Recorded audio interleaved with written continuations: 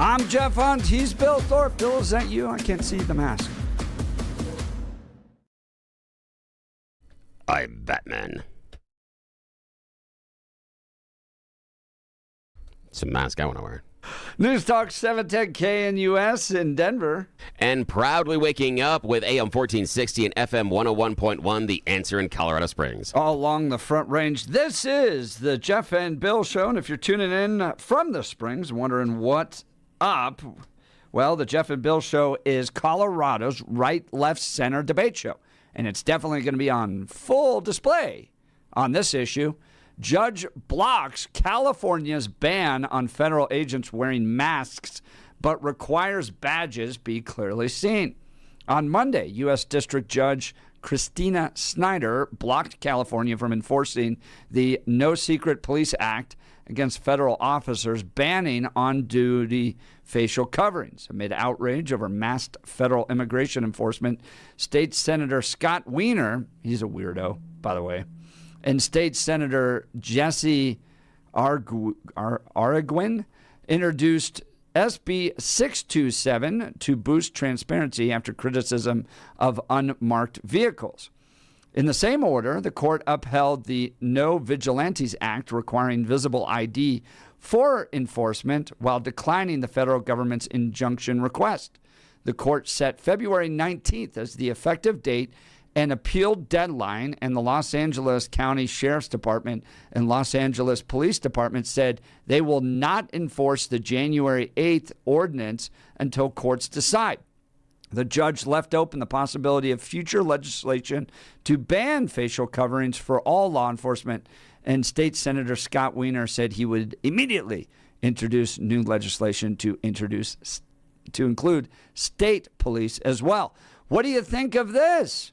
Is this an effort to provide transparency with regards to government actors, or dox ICE agents so they can be harassed later? What do you think, Bill?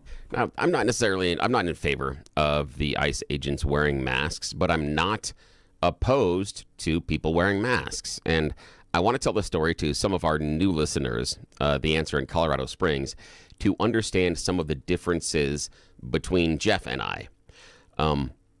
During the COVID lockdowns, you had mask mandates and things like that. One of the companies, and I work for multiple companies, one of the companies I was working for was hosting a large company-wide Zoom call, and the subject was mask mandates. Well, I showed up wearing a Batman mask on the company-wide Zoom call because I thought that was funny. They were talking about masks. That is funny. I wore a Batman mask, and again, I was rolling the dice, figuring that there's a lot of faces on this call. What's the chance that anybody there in charge is going to be able to see my little face wearing the Batman mask?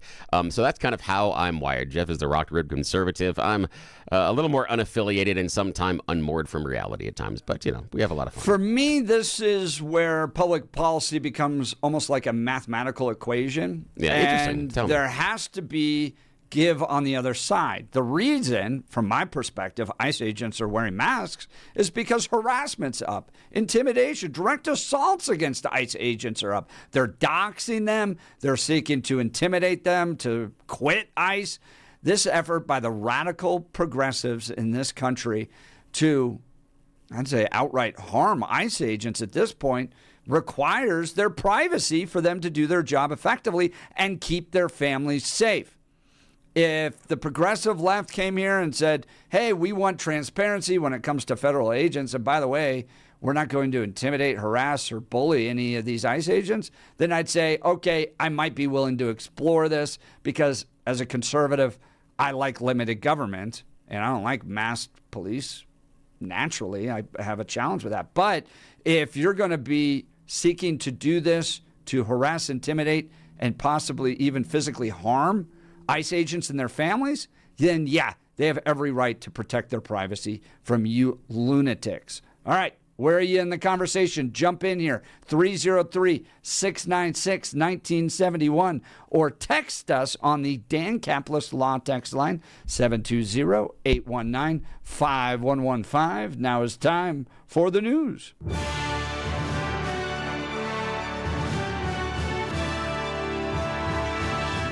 Blake Olson, news and comment. Hey, good morning. It's Tuesday. 34 and cloudy in Denver, 30 in the Springs, expecting highs in the low 50s today. News sponsored by Pastor Camp Heating and Air Conditioning at 303-777-1234 to learn more about special savings opportunities on Lennox equipment. Our top story, the El Paso County Coroner's Office has identified the man who died after a shooting on the east side of the Springs last week. Officials say the victim is 54-year-old Donald Tallman.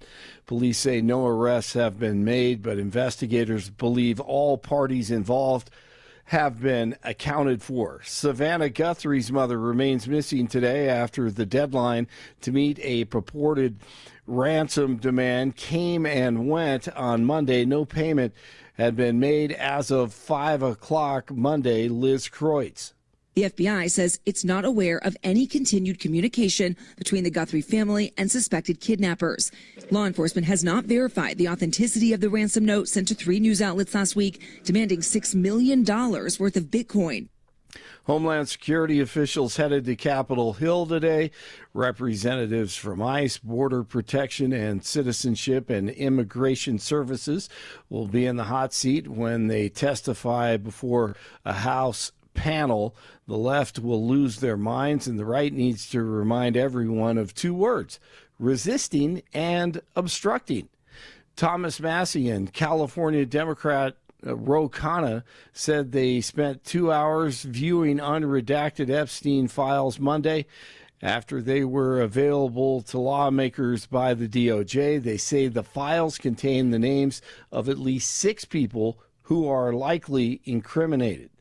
City of Aurora considering changes to its rules for businesses that sell tobacco, kratom, and psychoactive products.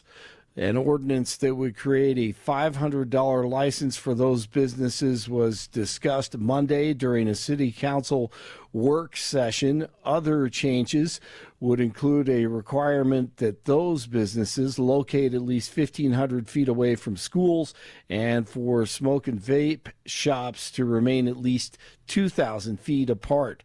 The proposal was approved and will now be considered at a future council meeting. The daughter of a man running for Minnesota governor is dead, stabbed to death Saturday. Police in St. Cloud say they found Hallie Tobler, I'm not sure how you pronounce that, dead inside a locked apartment, and it looks like her husband is the killer. Tobler's father, Republican Jeff Johnson, has suspended his campaign. All right, you may remember Aubrey Leish. She's the young lady who posted a video last week after she was fired from Turning Point USA. Looked like no fault of her own. She worked hard and was passionate about supporting Charlie, was a huge fan, dedicated her life to the organization. And then Monday, a creepy guy, a private investigator, shows up taking photos of her house and cars and license plates. Looked like she was being intimidated. Her husband goes outside to confront the man. Okay, so what's up? What's the deal here? Are you trying to come intimidate us, or? No, sir. No, No, not at no, all. sir. No. No, not at all. I was just asked to take pictures. That's it. Okay, That was it. you're just asked to come and take pictures of the house that we live at. Yes. Yeah, Yes. and you said your name is. Yes. What's your last name? I don't give out my last. Yeah, you don't give. Yeah, that's kind of frightening. Intimidating tactics. Saw that on Baron Coleman. Thank you very much for that. A little gangsterish there. Tight game last night. Cavs at the Nuggets in Lodo. 6 seconds to go. Mitchell could win it with a bucket. And the block. He's fouled and goes to the line. 2 free throws for him, and Cleveland goes on to win it 119-117. The final, the Nuggets had a double-digit lead in the fourth. 30 in the Springs, 34 in Denver. More of the Jeff and Bill Show ahead on News Talk 710 KNUS in Denver, and now on AM 1460 and FM 101.1 The Answer in Colorado Springs. All along the Front Range, this is the Jeff and Bill Show. Blake Olson, News Talk 710 KNUS. Your 710 5-day forecast, keeping it cloudy for Tuesday morning. Temperatures will start in the lower to mid-30s, and then highs Tuesday afternoon should hit the lower 50s. Going to be dry through Tuesday night with some partial clearing. Lows near 30 degrees. Wednesday back a degree or two either way of 60. Morning sun with increasing clouds. Wednesday night and a Thursday, a few scattered rain and snow showers. Lows low 30s. Thursday's highs middle and upper 50s. Meteorologist Don Watzel in the 710 KNUS Weather Center.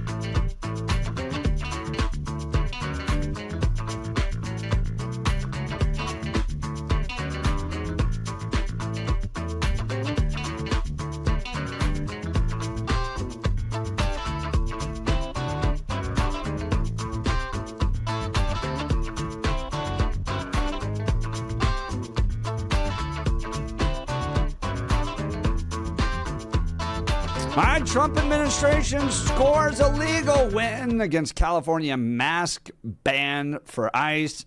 What are we doing today? Who knows? Are we banning? Are we requiring masks? Are we banning masks? Is Billy showing up in a Batman mask? I will. What was the response from the radio station when you did that? Only a handful of people recognized it. And it was people that, of course, knew me because I would then pop up in their little feed and stuff. But nobody that had any real serious power noticed or said anything. Yeah. And there was one really good friend of mine that sat there and goes, seriously? Like, and they go, of course you would. I'm like, yes, of course. And like, do you think they're going to notice? I'm like, I doubt it. And that was kind of my test, but they didn't notice at all. I just find this whole thing so disingenuous from the left. All right, a federal judge on Monday blocked a California law that would have banned federal immigration agents from covering their faces, delivering a legal victory to the Trump administration. The U.S. District Judge ruled the mask ban discriminatory because it exempted state law enforcement officers while targeting federal agents. Yeah, try explain that. Explain the difference there. However, immigration officers will still be required to wear clear identification showing their agency and badge number under a separate California law that Snyder upheld. Look, if there's a bad apple out there, I absolutely want them to be discovered. I mean, I don't. If you have bad ICE agents or bad Denver PD or whatever, it should be relatively easy to figure out who they are via the badge number. But here's where I just find it so disingenuous from the left. All right, this directly from Department of Homeland Security. There's been an 8,000% increase in death threats against ICE agents, and more than 1,300% increase in assaults against them. And they're showing up at their houses, they're doxing their addresses, they're calling their home phone numbers, they're doing these leftist agitators or trying to intimidate ICE agents out of the field entirely. They want them to quit their jobs and not become ICE agents anymore. And so when a lawmaker runs out there and goes, well, we wanted you to take off your mask so we know who you are, it's not to hold them accountable. That's not what this is about. This is about trying to harass and intimidate these ICE agents in an effort to get them to leave their jobs. So I don't think they're being genuine in putting this law together. I don't think it's about transparency. I think it's about harassment and intimidation against federal law enforcement officers, and it shouldn't be required. And then who's going to enforce this? Right? LAPD going to enforce this? And this brings up another headline I saw from the Denver Gazette. Denver police chief: officers will intervene when they see excessive force by ICE.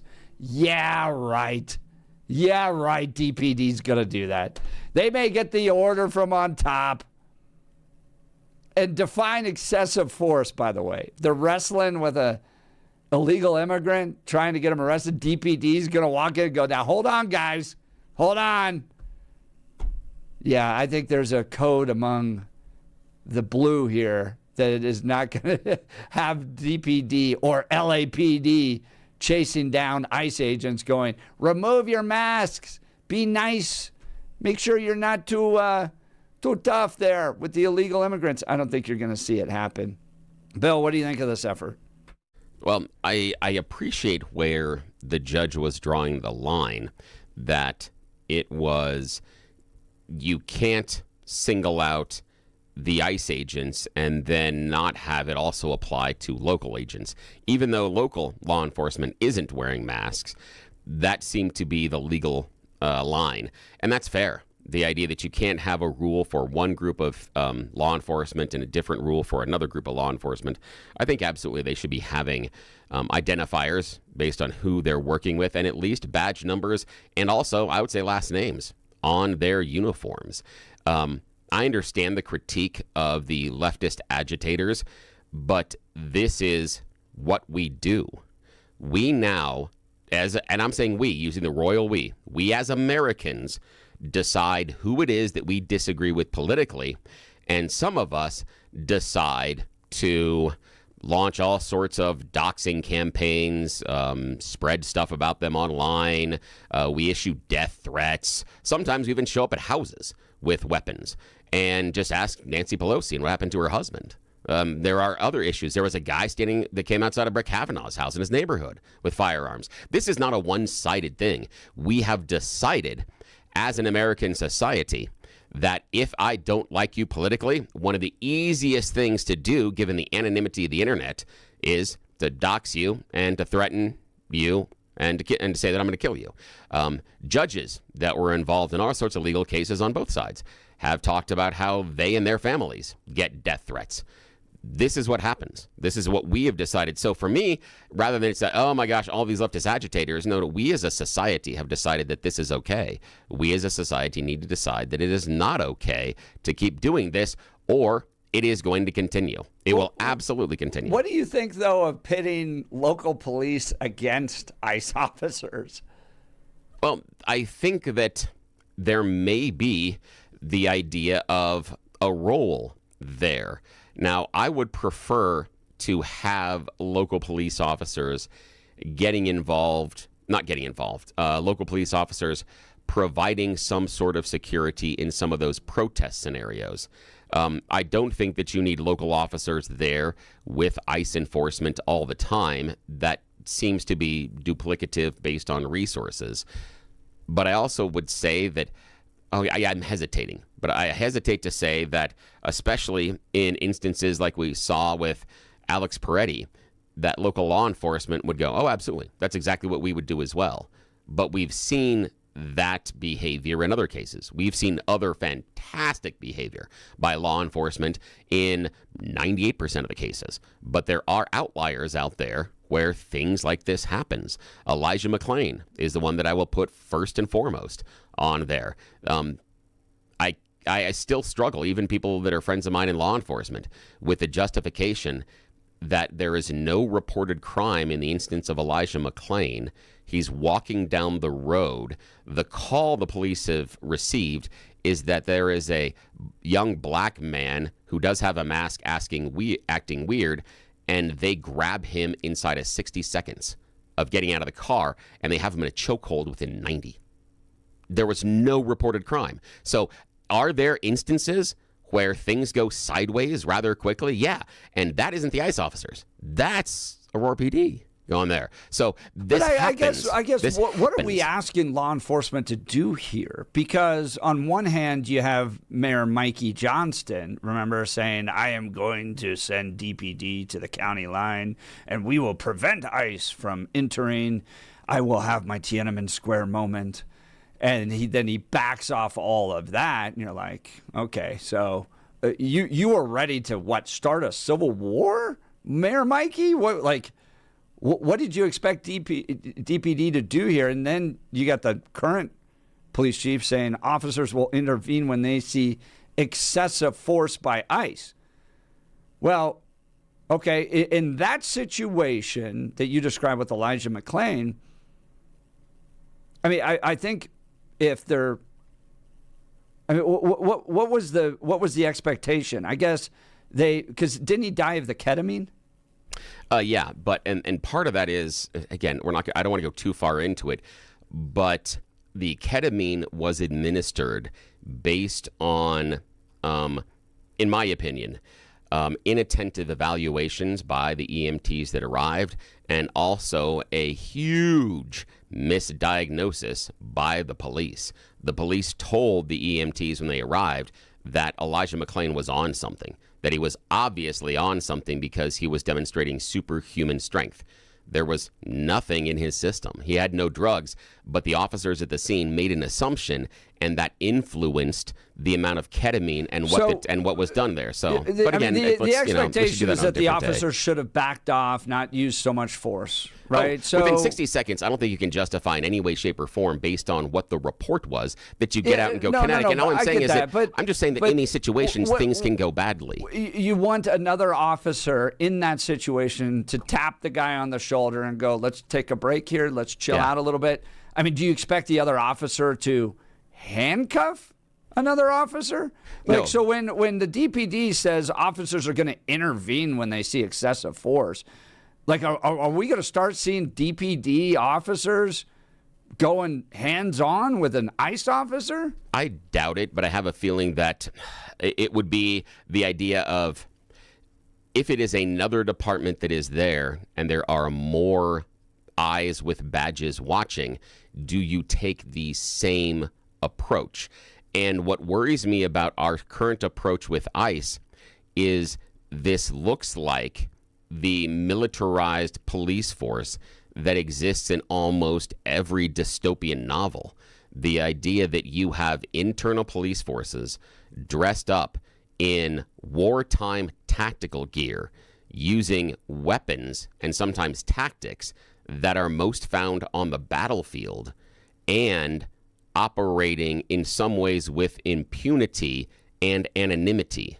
That is straight out of most dystopian novels, and I think that's much of the pushback. Some of the weapons that you have seen ICE use are fairly shocking. There was the one where they were standing outside the woman's door and they were wanting to go inside and said that there was an illegal alien in there. A person that knows a heck of a lot more about military weaponry than I do pointed out to me that on the front of those guns that the ICE agents had silencers on the front of them. They're like, those were things we had a hard time getting a hold of in Iraq. They were difficult to get in Iraq, and they were going house to house looking for ISIS. And that is, and when you're in closed, when you're in house to house combat, having a silencer really helps you stay disciplined inside of the fight. So the impression is, what are they expecting when they're going in there? It is the presence of a militarized police force. And I think that there are some questions about that. And I think that's some of the pushback. The reason they have to be so militarized, in my mind, is because this is a scenario that the progressives created themselves, like you see in Minnesota, that when local law enforcement can't coordinate, can't even be on a text message thread with anybody from ICE without Phil Weiser personally suing them, they step back. And so you end up with federal ICE law enforcement agents going into doing perfectly lawful operations, having to deal with these agitators, these I'm hesitant to even call them protesters because they're directly interfering with ICE operations. And in some cases, like we saw, they're armed, and DPD, Minnesota police, Minneapolis police, all taking a step back. They're leaving these guys out there on their own to deal with all this craziness. If they just coordinated, if they just worked with somebody they already arrested and allowed ICE to go take them instead of pushing them out the front door and forcing ICE to run around the parking lot with them, we wouldn't have all these problems. These are the problems that are directly created by the radical left in our communities by refusing to allow local law enforcement to coordinate with ICE agents, and it puts them out there. And now they want to ban ICE agents from wearing masks. To Breadman's point, who texted in, what about all these rioters and insurrectionists? Why are they allowed to wear masks? Shouldn't we ban them from wearing masks? Well, if it's so bad about the doxing and everything else, shouldn't we put all police officers in masks? And for that point, shouldn't we then put just judges in masks? Because judges are now receiving death threats, including ones of the Supreme Court. And also prosecutors. Then we should put the prosecutors in masks as well. And the other people that are receiving death threats are politicians. Politicians should then be in masks. If the justification for the masks is because these people are being doxxed and have death threats, then what we need is, rather than asking why all the protesters get to wear masks, we need to ask why all those other people aren't wearing masks too, because they're facing the same behavior. I think this is far worse. It's an 8,000% increase in death threats against ICE. But judges are saying that too. Judges are saying that as well. It is a whole nother level. Well, feel free to join the conversation. Jump in. 303-696-1971. Text us on the Dan Caplis Law Text line, 720-819-5115. If you were a lawmaker, if you had to vote on a law that required federal law enforcement not to wear masks, they couldn't do it, would you vote yes or no on that? Give us a call, 303-696-1971. Text us on the Dan Caplis Law Text line, 720-819-5115. Folks, let's talk Guy Reese. They're coming out to our house today for the second time. They're going to measure a whole different part of our house. We're going to get some new Hunter Douglas custom blinds. I absolutely love them.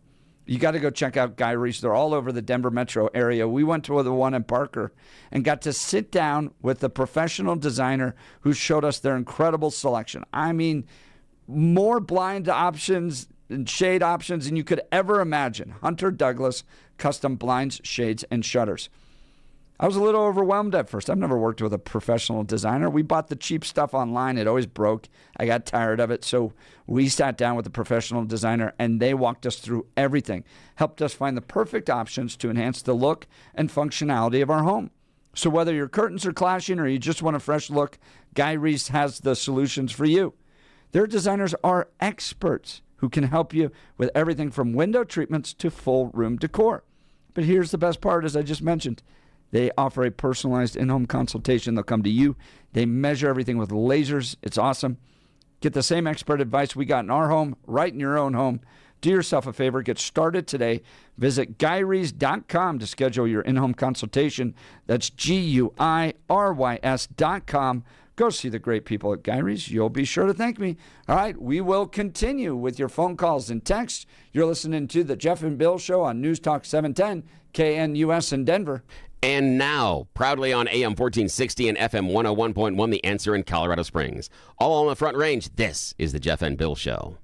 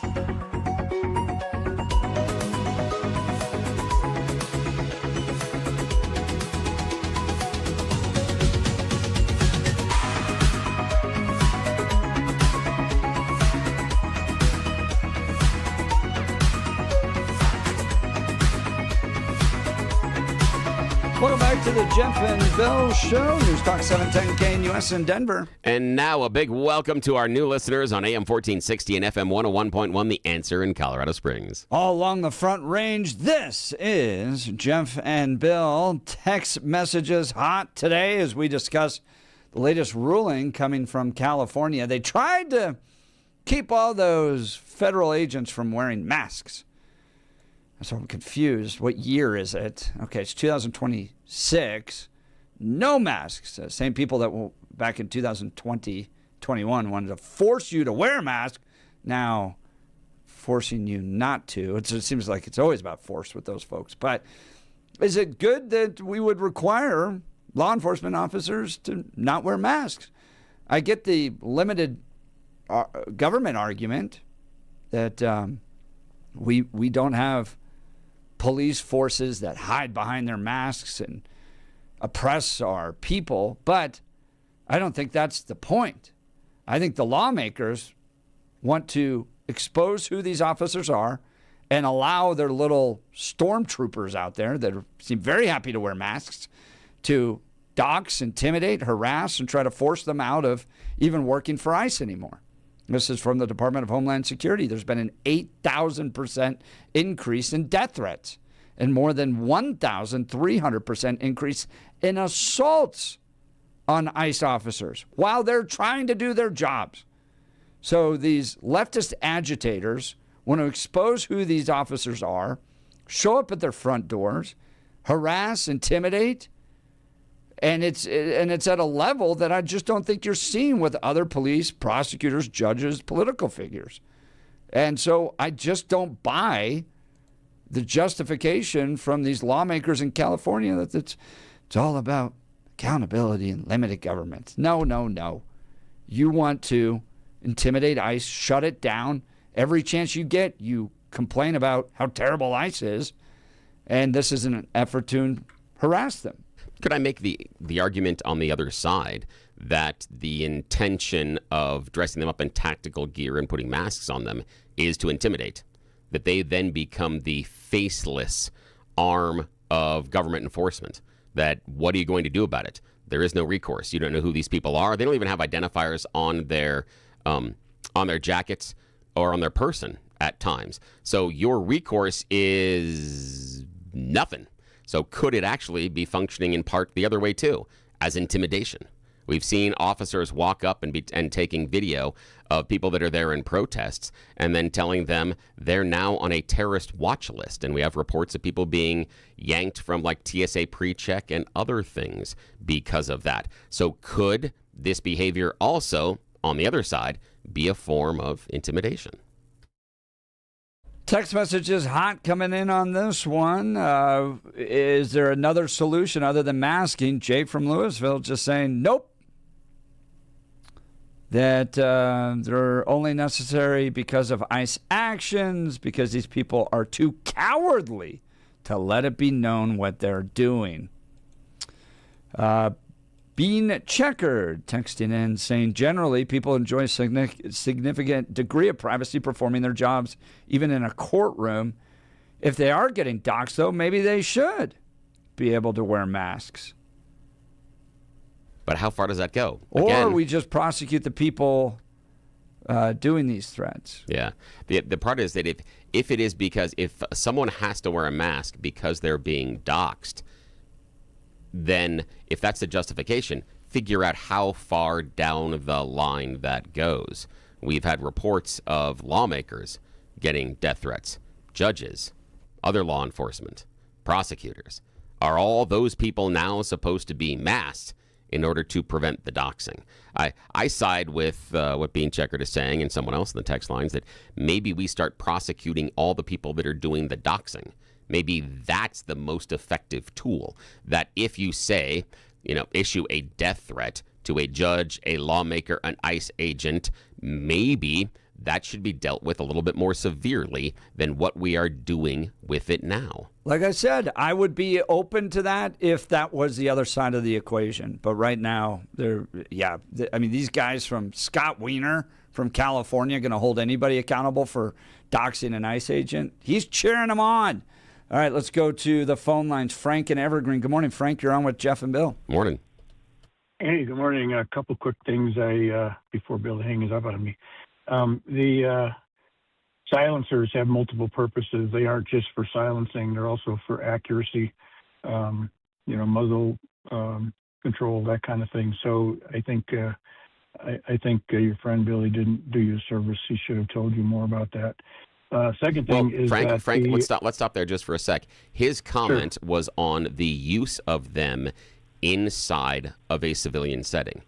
And what he was talking about is how and when they used them, when they were going house to house and looking for people, and what the reason was behind them.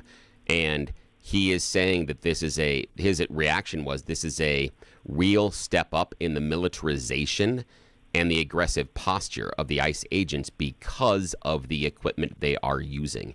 That was his basic point, that what they were using those silencers for, while you are correct about what they do, he was commenting on what they are used for and when they would use them, and was comparing and contrasting who ICE appears to be going after and when and where they are using them. Dude, that's what he was doing. On the note of kind of policing the military, or militarying the police, sorry, a lot of that changed after that L.A. gunfight battle. Do you remember that? That was all broadcast. Those two guys robbing a bank, and they all had weapons that were superior to what the cops had, and nobody could stop them. These guys are all running out to the gun shops in order to get tougher stuff. The police were going out to gun shops to get tougher stuff to fight these guys. I mean, I don't think it's just the idea that all of a sudden our law enforcement decided to become a military branch. Is that they faced threats that required them to step it up a little bit. I don't know. What do you think, Frank? To reply to Billy on his point, here's my take on it, Billy.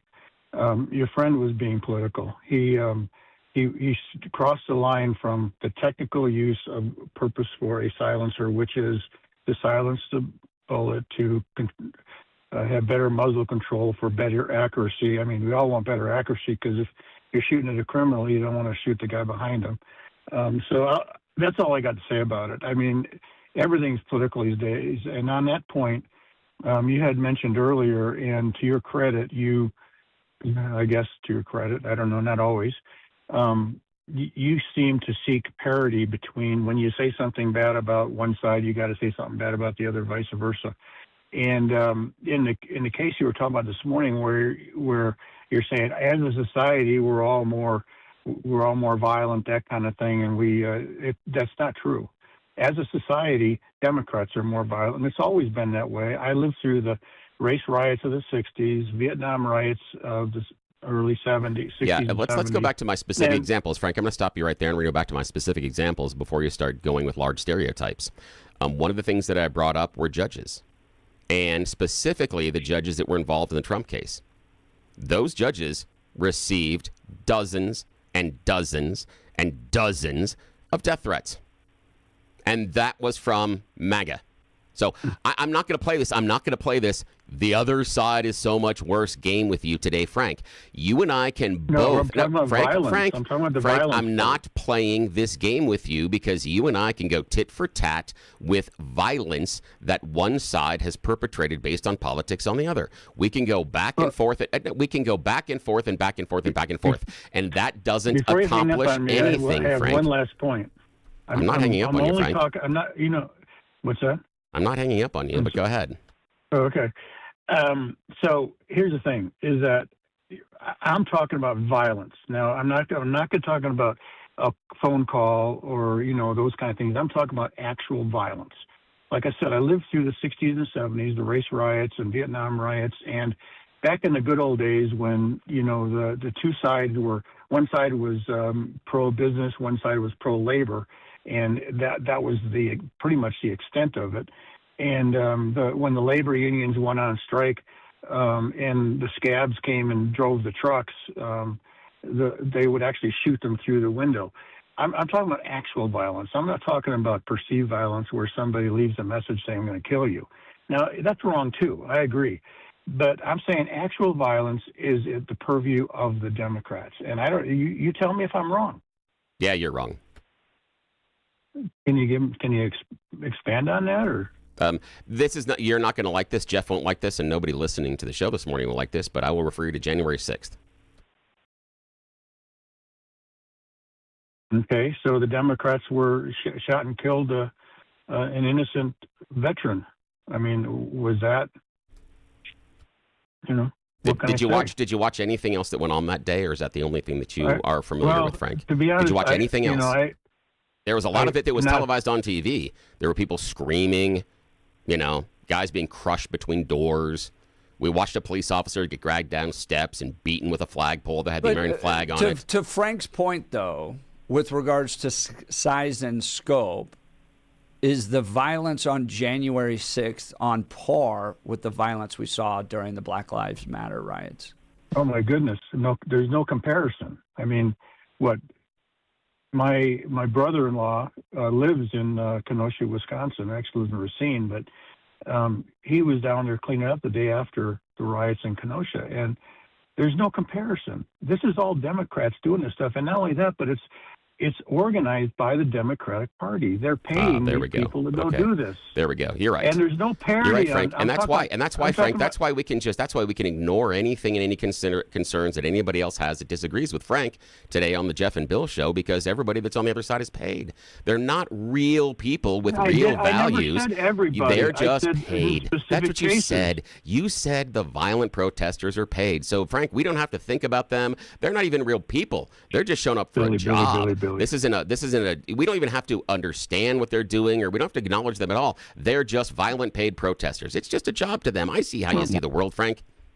That's easy. That is an easy way to discount people you disagree with. All right, I'll give Frank the final word. Like you're trying to do with me right now, Billy. No, I'm pointing out the fallacies of your logic. To be specific, to be very specific, I'm talking about actual violence. I'm not talking about this perceived thing where a guy with a mask or leave a phone call saying I'm going to kill you. That's wrong too. But as a society, we are not more violent. The Democrats are more violent. And that doesn't mean that there are no violent Republicans or conservatives. But as a society, there's no parity there. The Democrats are the ones perpetrating the violence on the rest of us. Yeah, talk to Nancy Pelosi and her husband about that when I talked about the Michigan lawmakers that were shot at their home. That talked about that had a list of Democrats they were going after. Talk to that. That's the issue is, Frank, this is where I disagree with you. It is the discounting of violence by anyone that I disagree with. I'm not sitting here defending the actions of the protesters or the people that are doxing. In fact, I'm saying it's wrong and said they should be held legally responsible and criminally responsible. Absolutely they should. But the issue is that when you say, Frank, that only the other side is the one that's worse, you then, one, discount the violence on your own side and you rationalize it. That's what I'm saying. We as a society have accepted it. We have a society because as soon as I brought that up with Frank, his first thing is, but also Black Lives Matter. Not taking ownership of what happened on that day.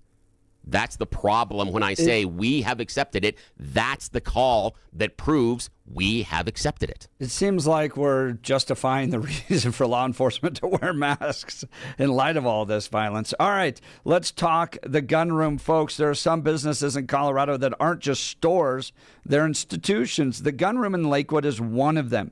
They've been serving Denver since 1982, and when you step inside, you immediately know this isn't a big box operation. It's real. Wood counters, knowledgeable people, a shop built on experience, responsibility, and respect for the Second Amendment.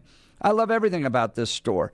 The gun room buys, sells, and consigns everything from antique firearms to modern tactical and hunting rifles. They even help families navigate gun collection after losing a loved one, something that requires trust and integrity. Wayne's the owner, and I promise he'll take great care for you. He really prides himself on not creating a place where you might feel intimidated walking into a gun shop. I know that happens to a lot of people because you're not, super pro when it comes to caliber size and different types of guns. And so, feel a little intimidated. And Wayne wants to make sure you feel comfortable, and he really likes helping people. So if you got questions, you got to give the Denver Gun Room a call at 303-237-1300. With over 1,000 firearms in stock and inventory changing every day, this is the place to shop, especially with new restrictive laws coming down the road in August. Support a local, family-owned Colorado business. Support freedom. Visit denvergunroom.com, denvergunroom.com, or call 303-237-1300. All right, feel free to jump in on the conversation at 303-696-1971. Text us on the Dan Caplis Law text line, 720-819-5115. Brad from Parker, I'm with you, Billy, on January 6th. Anyone recall the fact that the most recent political assassinations was 2 Democrat lawmakers from Minnesota? Being Checkered saying, I agree with you, Bill. The J6ers should not have been pardoned. The way we want them was maybe a little overzealous, but probably, or the way we went after them was probably a little overzealous, but probably appropriate. And the same would be true for anyone who calls and says they're going to kill someone, because calling and saying you're going to kill someone isn't just wrong, it's actually illegal. It's also illegal to intervene in a federal law enforcement officer's duties. All right, lots of text messages coming in. We'll continue to get to those. The original question, going back to you all, should states be able to ban federal agents from wearing masks? That's what California wants to do. The city of Denver saying that it's going to require its officers to intervene with ICE officials if they see excessive force. Do you think all of this is illegal? Or is this just another way for leftist agitators to try to intervene with ICE? We'll continue. You're listening to the Jeff and Bill Show on News Talk 710 KNUS. And now proudly on AM 1460 and FM 101.1, The Answer in Colorado Springs. All along the Front Range, this is the Jeff and Bill Show.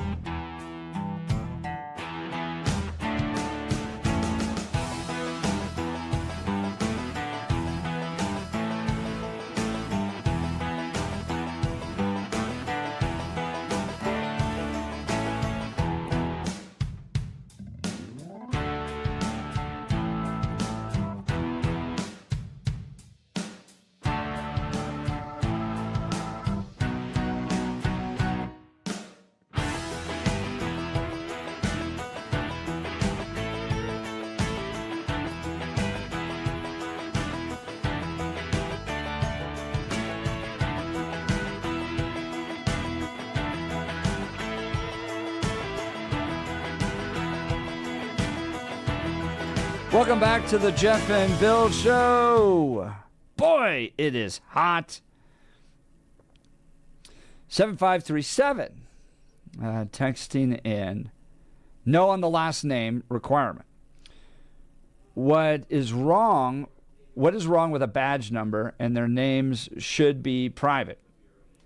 These people's families, ICE agents' families, he's referring to, are being threatened with third world tactics. Nothing is being done, and we spout off about both sides doing it. BS. The left is violent and takes action. Are there a few crazies on the right? Sure. But it is standard operating procedure for the left. You do not want a society where the right is pushed to the point where they have to take action. That is what's being done. Luckily, the right is mostly God-fearing and has morals, or we would already be in a civil war. Interesting. All right, let's go to the phone lines. Tom in Denver. We're talking about whether or not states should be able to ban federal agents from wearing masks. What do you think, Tom? Yeah, good morning. Hey, good morning, gentlemen. I've come from a unique perspective, being law enforcement myself. The challenge is this whole thing is a poop sandwich. The society is able to have some anonymity via the internet and other technological means. Oh, now speaking of anonymity and technological means, Tom, we are up against the wall. The computer is going to turn us off, so technology will get us in a sec. If you will hang on, we'll bring you back right after this break. I definitely want to talk to Tom. Please do. But I want his over. perspective. Former law enforcement. We're going to continue the conversation. You're listening to the Jeff and Bill Show in Denver on News Talk 710 KNUS. And now getting up with all the new listeners in Colorado Springs on AM 1460 and FM 101.1, The Answer.